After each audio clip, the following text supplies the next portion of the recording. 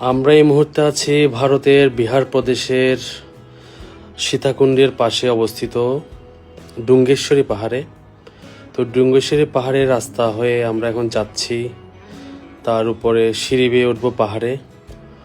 উল্লেখযোগ্য হচ্ছে যে এই জায়গাটি ভগবান গৌতম বুদ্ধের বোধিসত্ত্ব অবস্থায় দুঃখাচারিয়া বা কিচ্ছা সাধন, বাংলায় যেটা বলে 6 বছরের কঠোর সাধনা করেছিল এই পাহাড়ের একটি গুহাতে। সেই গুহাতেই আমরা এখন যাচ্ছি। যাওয়ার পথে দোকান থেকে আমরা কিছু ফুল নিব। আমাদের মিশু ফুল কিনছেন। ফুল কেনার পরেই আমরা এখন উপরে উঠে পূজা দিব। পূজার জন্য পানিও হাতে নিয়েছি।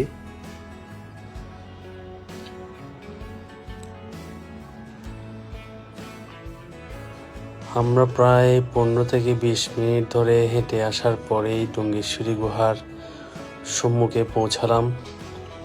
বুদ্ধকে পূজার উদ্দেশ্যে সবার হাতে ছিল ফুল, পানীয় জল, সুগন্ধি, প্রদীপ সবগুলোই। আমার হাতে ছিল সুগন্ধিময় সেন্ট।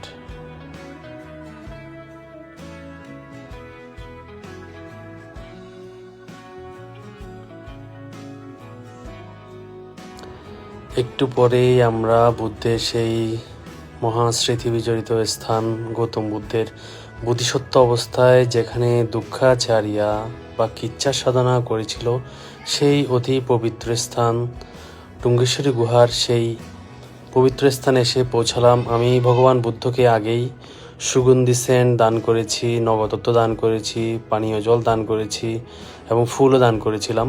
কিন্তু এরপরে আমি আসলে ভিডিওটা ধারণ করছি।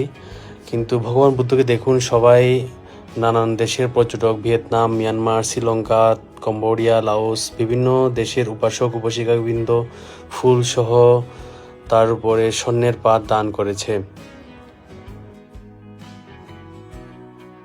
উল্লেখ্য যে ভগবান বুদ্ধ 6 বছর কঠোর সাধনা এই স্থান থেকে করার পরেই সুজাতার পায়েসন দান, আহার দান গ্রহণ করার উদ্দেশ্যে সুজাতার ঘরে গিয়েছিলেন, ঠিক এই স্থান হতেই।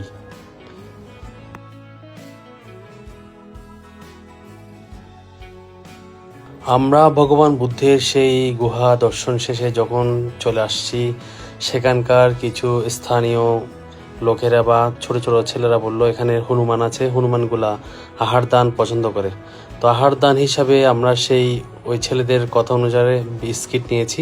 কিন্তু সত্যি সত্যি দেখি হনুমানগুলো আমাদের হাত থেকে বিস্কিটগুলা নিয়ে নিজেরাই খুলে নিজেরাই আহার হিসাবে গ্রহণ করছে, যেগুলো সত্যি ইন্টারেস্টিং ছিল।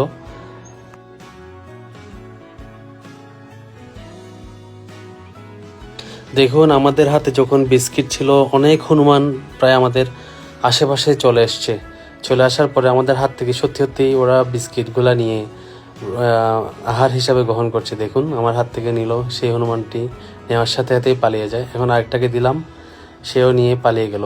খুব ভালো লাগলো। শেষে বুদ্ধকে দান পূজার পরে এই বুদ্ধের ডুঙ্গেশ্বরী গুহার অবস্থানরত সেই হনুমানদেরকেও আমরা আহার দান করতে পেরেছি।